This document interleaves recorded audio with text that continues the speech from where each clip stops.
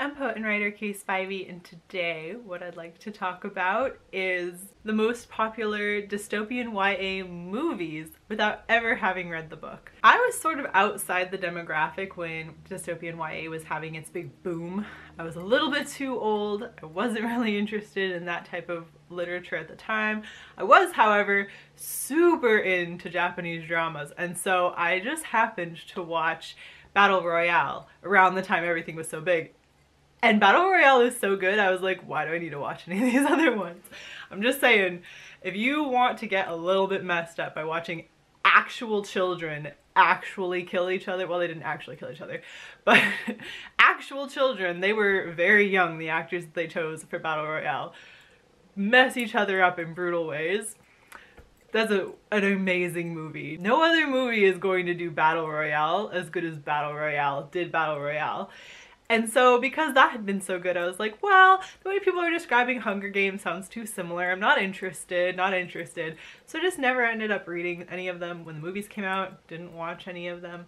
Well, about last week, my husband suddenly just got the urge to watch a lot of dystopian YAs. He wanted to watch Maze Runner, he wanted to watch Hunger Games, he wanted to watch Divergent, which are the three I'm going to talk about. We had just finished watching Alice in Borderland, which also, beautiful, beautiful. It's amazing. If you enjoyed Battle Royale and you liked all of these other ones I'm going to talk about, or even if you didn't like the other ones, if you just like a quality dystopian YA type series, one that like makes you think, oh my god, but Alice in Borderland is so good.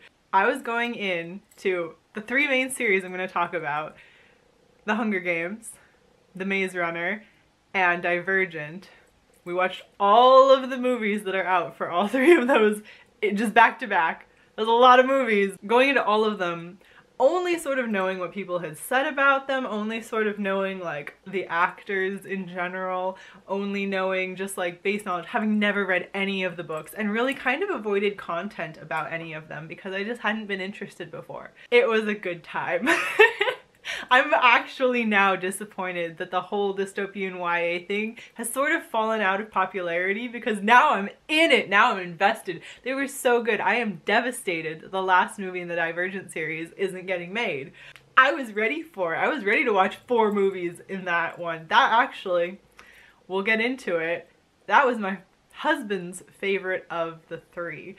So let's just talk about them in the order that I watched them in. And the first one was The Hunger Games. I think a lot of people will agree. The first movie really, it gives you all the information. It's so interesting. The acting is so good, heart-wrenching. I still cried even though I knew that Rue died because I've been on the internet.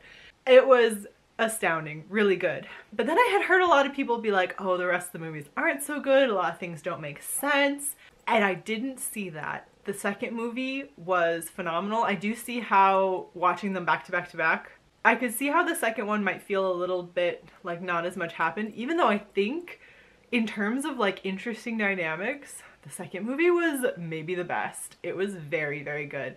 The acting was phenomenal. The stakes were always high. Like Hunger Games did it best. I'm just gonna say I was so like invested in the story. I was so interested in the plot. That's the series that after watching all of them, I was like, gotta get my hands on the book. Actually, I might own that book and I never read it. I'm gonna read that series first. And people talk about like issues they had with the ending and things like that, but the narrative arc is so perfect. And the movies, maybe the book maybe doesn't do it as good. The movie follows the narrative arc beautifully. Where Katniss ends up at the end, living with Peeta and having children, is so perfectly tied to her arc, is the perfect conclusion for her arc. At the very beginning, like, what, maybe one of the first things that she talks about with Liam Hemsworth is she couldn't see herself like settling down having kids, and he says he could. And her journey is sort of coming to the point where, yeah, she could too. She loses everything that was important to her except for this one thing, and getting to just hold on to that one thing becomes the most precious thing to her by the end. It was beautifully done. People did an incredible job. Hunger Games movies were amazing. I definitely going to read the book. It was so good. I mean, we liked everyone. I liked Finnick so much. We were super into Lenny Kravitz. Oh my gosh. Favorite character, devastated he died, everything about it. We were so hyped. We had such a good time. And yeah, it was just like, I need to read the books. It was so well done. Like, I want to be writing dystopian YA. After watching those, we were like, yes, yes, yes, we gotta watch everything. So then the next one, actually, I'm gonna leave Maze Runner for last, actually, now that I think about it. I have to leave Maze Runner for last. Let's talk about Divergent. I knew nothing about Divergent except that it was kind of riding, when the movies came out, they were kind of riding the last tail end of the dystopian YA boom. And I had heard a lot of up and down things. People explained Divergent very poorly to me, where they were talking about it like somehow the society like represses all of their emotions, but she feels things, but she has to hide it. And it wasn't quite that. Like, it's not really that. It's more that everyone fits into a faction mindset, and that you fit into your group, and you're supposed to fit into your group. And for some reason, the way she thinks incorporates too many groups together, that she just kind of thinks outside the box. And that's called being divergent. It's frowned upon, basically, in the society. She kind of has to hide that she feels this way. And it's done in an interesting way. If you want to watch a movie where you're like, all I want to do is parkour around the neighborhood and be a crazy person and like get into fights and like learn taekwondo, this is the movie for you. The first movie does do like all the hard hitting. The soundtrack is great. The action sequences are great. As soon as you're seeing people parkouring in, I was like, she's gonna join the parkour group, because the parkour people are obviously more fun. Spoiler alert, she joins the parkour group. And then they parkour everywhere. It was a great movie. It set everything up in an interesting manner. It had probably the most interesting character interactions. I've heard that the things that they left out from the book were kind of like hurtful, like that the book did it better in many places, but the movie, phenomenal. So good. I enjoyed best about the second movie that they clearly didn't have any kind of contract with Shailene Woodley, that she had to keep her hair the same. And that became obvious in the third one, where they're like, only a short time has passed, but her hair is so much longer. And I was like, she didn't have a contract about her hair, did she? Pi has shown up. He couldn't resist. My lap was open. He had to come and sit in it. So in the second one, I thought the second one was a good transition into the last movie. It set up a lot of more interesting things, new stakes. The last movie was super cool. It was like going outside. Everything was different from how you thought it was. It was just, it had such a satisfying ending. It had so many satisfying pieces. It was just really good. The whole series was really good. And for not having the last film at all, and there should have been like an entire other conclusion where I guess other things happen.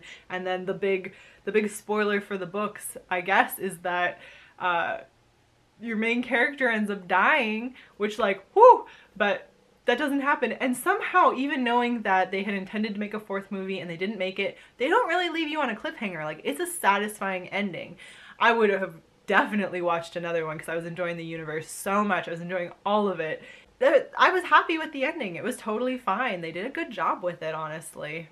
They set themselves up so they could have a fourth, but like, I didn't have to have it. My one thing is, it wasn't quite so almost grounded in reality as The Hunger Games. It didn't hit me with the same punch in the chest where I was just like, man, we could almost be there. We could almost be like at that level. Like, Hunger Games really sort of, it got me thinking on a whole lot of different levels. Divergent was just a lot of fun, a really good series. My husband felt like that was his favorite series. He enjoyed that one way more than the others, and he asked me if we could get the books. He's not a huge reader, but that he's interested in reading a dystopian YA was like really good, so we'll probably also read those ones. Personally, I wasn't quite as like, I gotta have this one, but it was really cool that he was. And lastly, the movie with the hottest cast, arguably, no, not even arguably, hottest cast was Maze Runner. I mean, Dylan O'Brien was looking fine. Thomas Brody Sanger, my good, I just came away with such a crush. He's so cute. Yeah, so everyone was hot. Ki Hong Lee was looking hot. Rosa Salazar was looking hot. Everybody's hot in these movies. And they do a lot of running around, very interesting sets, very like almost going like dystopian, but kind of almost steampunky in some places, almost zombie apocalypse-y in places. Very cool aesthetic. And the acting was great. Those actors were acting their socks off with no material. The movies? Okay. I watched a lot of people's book reviews because I had to know if I just needed to read the books. Apparently not. Apparently there's just nothing to work with. So the actors were doing their darndest to make these characters who had no personality traits be likable. And you know, they did this best they could. Like, oh my god, I was really feeling Newt having a massive crush on Thomas. That, I won't even, he writes a love letter to him at the end, okay? That was definitely, I mean, maybe the actors were just like into each other a little bit, but like that comes through like nobody's business. That was very cute. And also, spoiler alert, I just do not see how Newt died.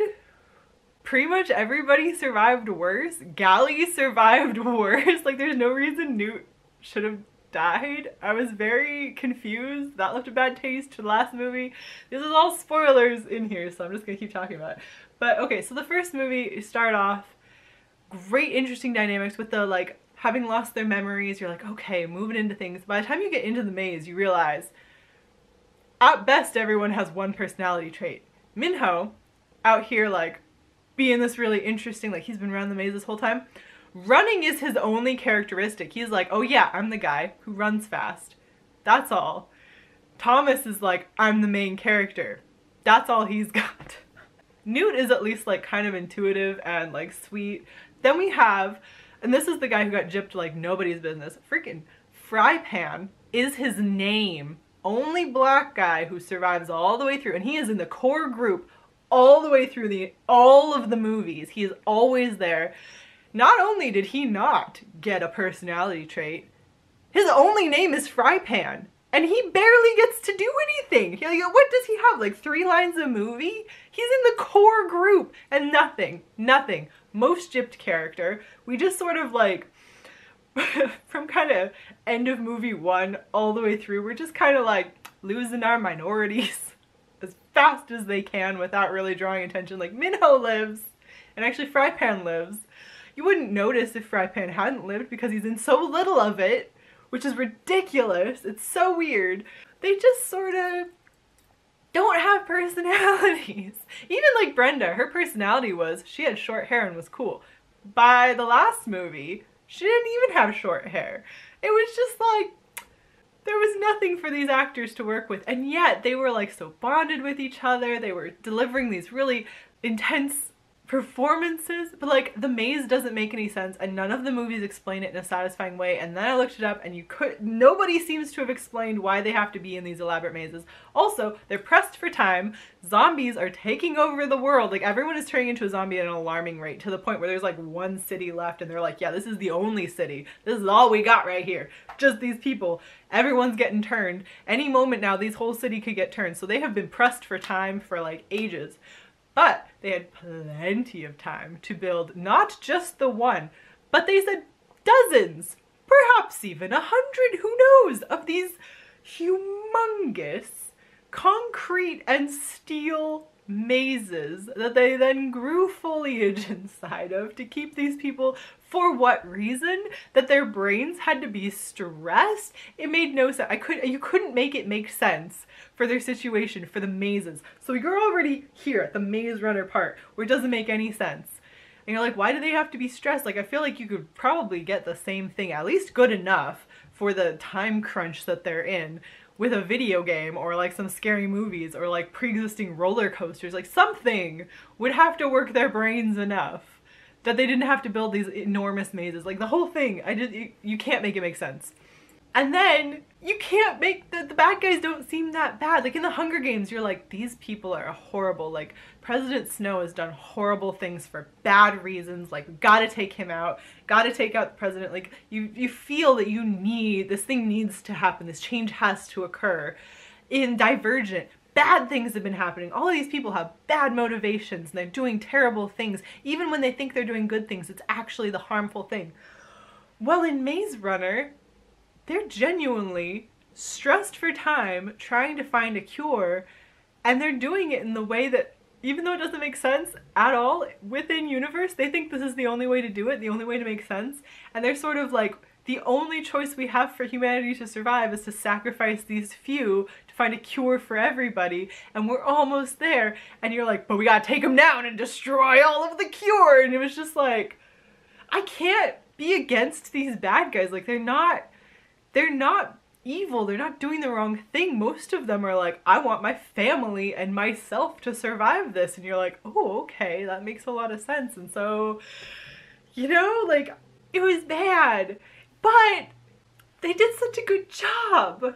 Like, it's so hard. There was nothing to work with. And the movie, I mean, they could have even let them choose their own personality traits. They could have written in dialogue for Frypan every now and then. And Minho's in all of these scenes. He barely says a word. I mean, most of the dialogue is Thomas's.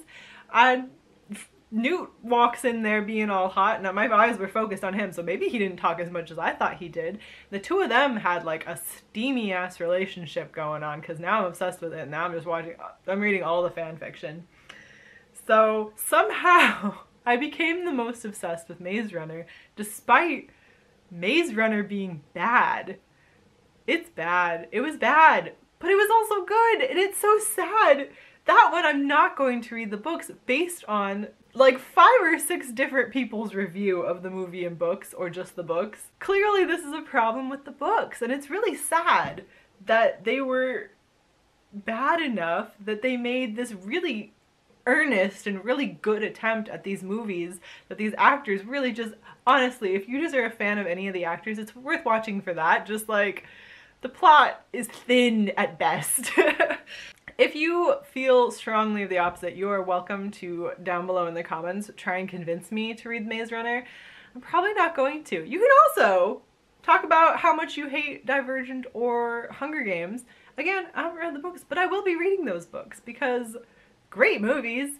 All the people who were like, they're so not good, or like, oh, Divergent is just following a trend. Like, Divergent is unique and fantastic, fabulous. If you want to like feel strong and empowered, Divergent is that. Like, this kind of weak girl learning to kick actual ass.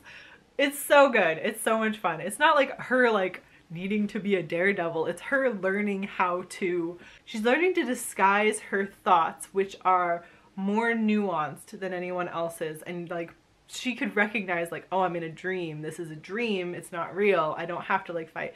And learning how to perform as though she were one of them, where you have to fight your way out of the dream.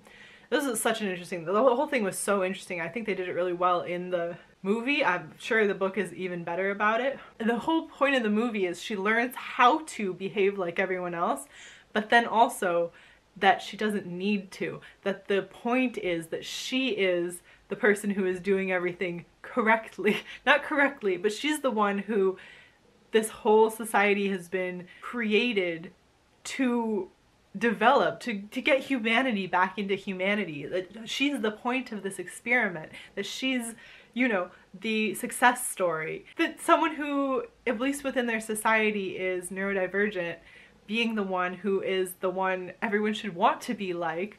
It's a cool story, you guys. It's a great story. I loved it. It was wonderful. The whole thing was wonderful.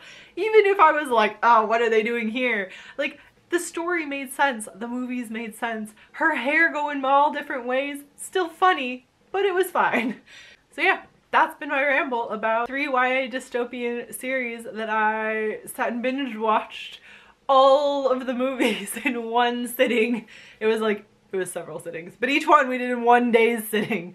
It was a lot of fun. It makes a lot of sense why this whole thing died out, honestly. I mean, the last Divergent movie came out 2016, I believe. I think we all remember what happened in 2016 that made everyone not so keen on YA dystopians anymore. And it's just gone downhill from there, and I can see why people really weren't into that genre anymore, and I can see why we maybe aren't ready for it now again.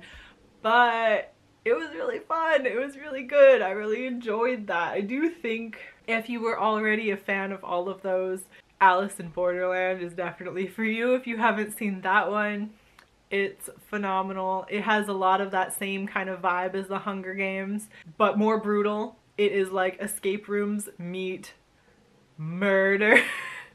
Escape rooms, but everyone dies. Escape rooms, but battle royale. It's intense. But I felt very clever watching it. And some of the times in Hunger Games, I felt kind of clever watching it too. But yeah, so all I'm really saying is I just need another Maze Runner movie that is just Thomas and Newt getting back together, because Teresa's gone, so there's no reason for them not to get together. Yeah. Alright, that's all I have for you today. I just thought that would be something fun. I hope you're having a great day, and I will speak to you again soon. And good luck to you. Good luck to all of us. Bye!